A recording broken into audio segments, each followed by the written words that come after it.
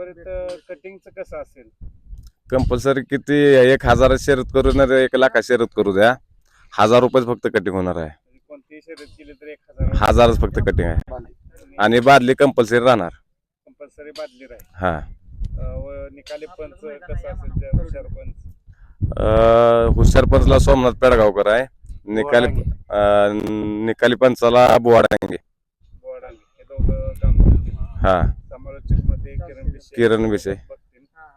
विषय पण आपले बबलूबाई बबलूबाई हा, राहुल भोईर आणि सर्व काम आबा बघतीलच. मॅनेजमेंटचं काय मॅनेजमेंटचं काम सगळं आपलं आबा येते. काय सांगशील?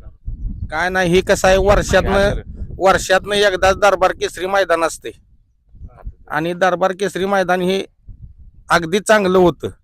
आणि आता कसं आहे, पाऊस नाही, काय नाही, ऊन पडलेलं आहे, कडकडीत ऊन आहे. कडकडीत ऊन आहे. त्यामुळं जास्तीत जास्त ठाणा, रायगड, पालघर, महाराष्ट्रातल्या आपल्या सर्व बैलगाडी मालकांनी इथं प्रतिसाद द्यावा. पश्चिम महाराष्ट्र यांनी सगळ्यांनी प्रतिसाद द्यावा. विशेषतः सर्व बैल मालकांना विनंती आहे, ज्यांचे काय पहिल्या शर्तीचे वस्त्र असतील त्यांनी सुद्धा घेऊन या. कारण की फाटी एक नंबर सुंदर आहे. आपल्या कराड तालुक्यातील जवळच्या लोकांना जेवढं होता होईल तेवढ्या शक्य होईल त्यांनी लवकरात लवकर या. मैदान किती वाजता चालू होईल? तरी 11 वाजता मैदान चालू होईल. 10:30-11 वाजता मैदान चालू होईल. 11:30 वाजता चालूच होतील. म्हणजे आणि अजून एक तुम्हाला सांगतो, पहिली शर्यत जी करेल त्याला एक ट्रॉफी, त्याचं कटिंग काहीच कटिंग करणार नाही, बादली पण त्याला फुकट देऊ.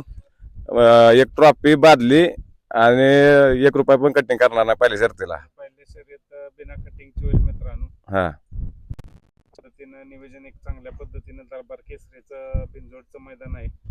दरवर्षी पाऊस असतो पण ह्या वर्षी निसर्गानं साथ दिल्या आणि कसल्याही प्रकारचा पाऊस नाही आज आणि उद्याही नसेलच, कारण वातावरणात चेंज झालंय. त्यामुळे सर्व बैलगाडी मालकांना विनंती आहे लवकरात लवकर येऊन मैदानाची शोभा वाढवा. धन्यवाद. धन्यवाद.